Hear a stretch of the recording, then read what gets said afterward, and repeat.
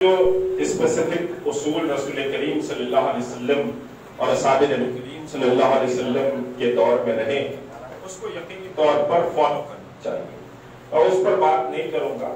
بہرحال ایک جو اہم بات کرنی تھی، دیکھیے اس ملک میں اس لاک ڈاؤن اور کرونا وائرس میں سارا سمجھیے کہ کتوں کی طرح رات میں 7 بجے سے 9 بجے تک ٹی وی بھونکتے رہے، بہت بھونکتے رہے، لیکن آپ فخر کیجئے اس کرونا وائرس میں RSS اور وشوا ہندو پریشد ہار گئی، آپ جیت گئے، کیونکہ مزدوروں کی مدد، بھوکوں کی مدد اور بے سہاروں کی مدد آپ نے کی ہے، کوئی RSS نے وشوا ہندو پریشد نے نہیں کی۔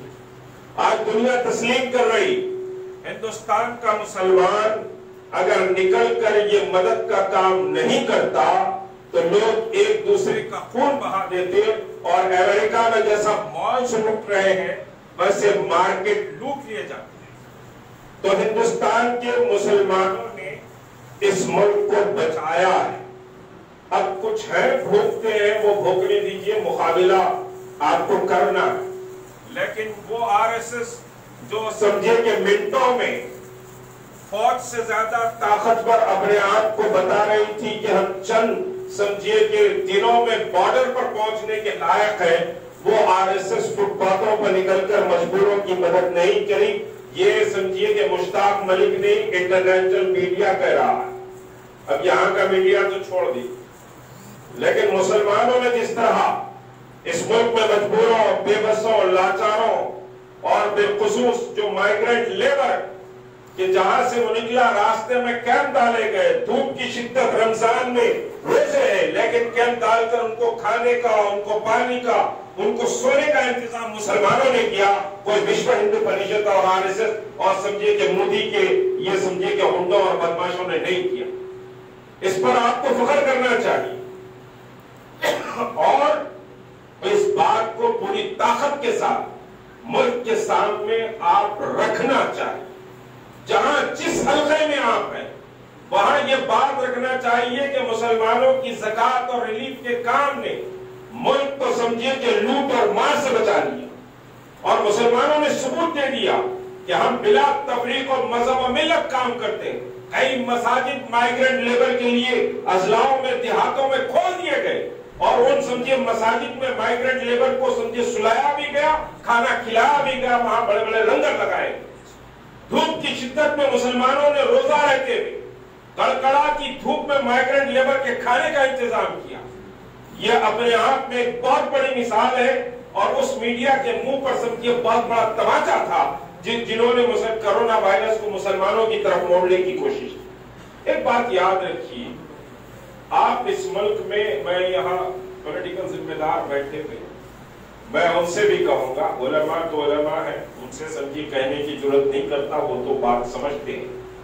ایک بات یاد رکھیے، ڈیفینسو لائن پر آپ جنگ نہیں جیت سکتے اس ملک میں۔ اس ملک میں ڈیفینسو پوزیشن میں آپ جنگ نہیں جیت سکتے، آپ کو افینسو زبان اور افینسو سمجھیے کہ پروگرام اور پالیسی کے تحت آگے بڑھنا پڑے۔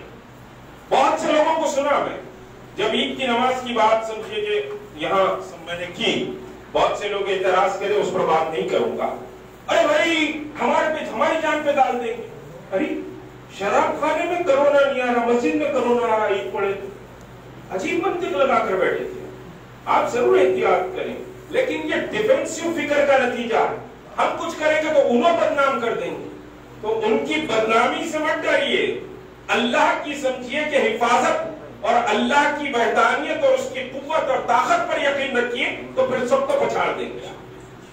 آپ سمجھیں گے کہ کسی کی کوئی ہم کو بدنام کر دے گا، ہم احتیاط کرنا چاہیے۔ تو یہ سوچ غلط ہے، یہ فکر غلط ہے، یہ مریضانہ فکر ہے۔ اس فکر سے امت کو باہر آنے کی ضرورت ہے کہ کوئی ہم کو بدنام کر دے گا۔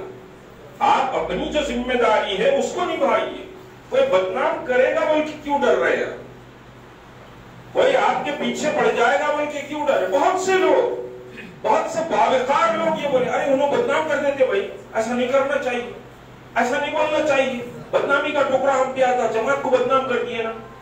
تو جماعت کو بدنام کرے تو کیا کر لیے جماعت پہ؟ کیا جماعت ختم ہو جائے گی؟ جماعت کا کام ختم ہو جائے گا؟ مسلم آرگنائزیشن ختم ہو جائیں گے یا مسلمان اس ملک میں ختم ہو جائیں گے؟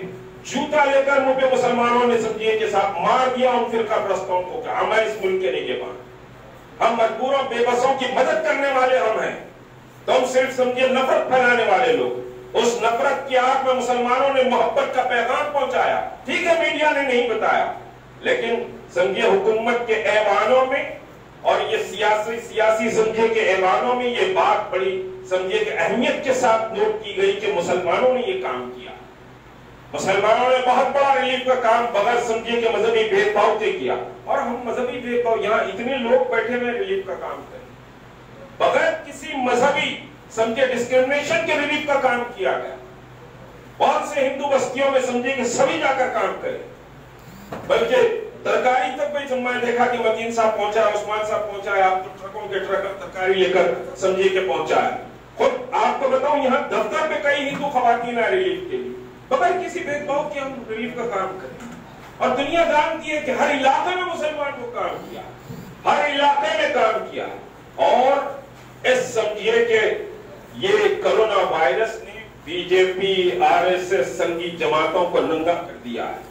ان سے ڈرنے اور گھبرانے کی ضرورت نہیں، آپ کو صرف حوصلے کے ساتھ حالات کا مقابلہ کرنا اور آپ کو ایفنسیو سمجھیے کہ موڈ میں جواب دینے کی پوزیشن میں آنا۔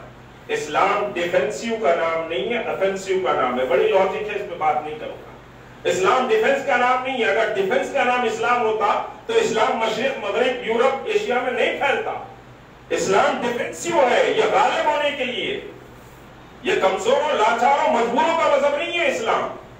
تو آپ ایفنسیو ہو کر بات کرنے کی سمجھیے عادت ڈالیں، حالات سے لوگوں سے دباؤ میں آ کر مرعوب ہو کر انفیریٹی کمپلیکس میں بات کرنے کی ضرورت نہیں۔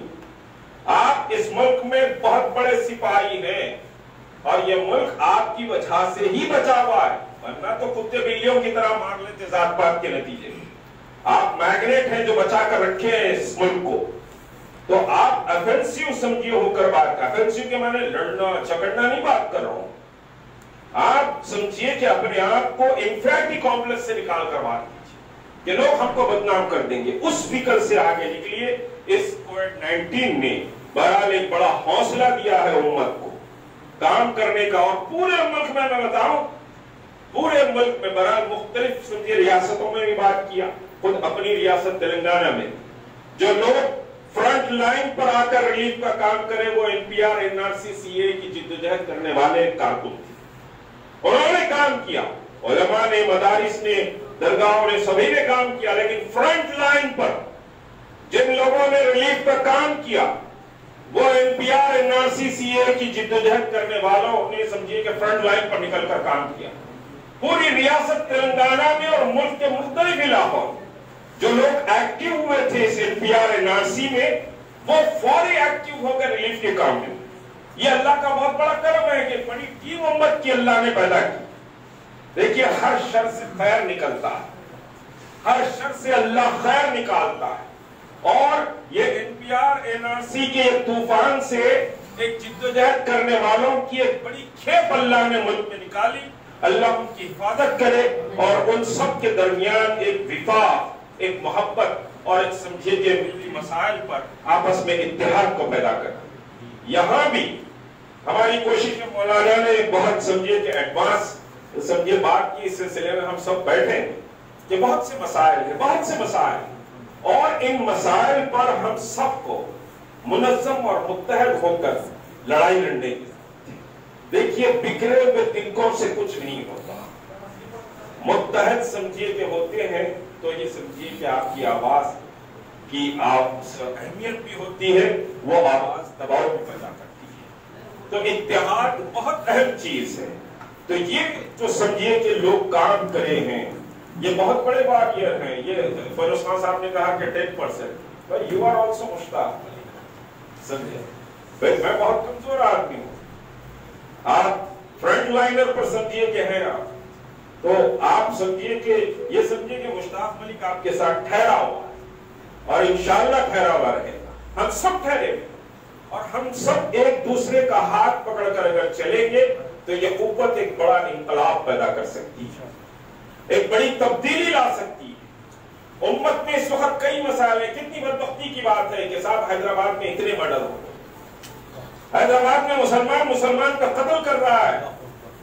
کتنی افسوس کی بات ہے، خون کے آنسو رونے کو جی چاہتا ہے۔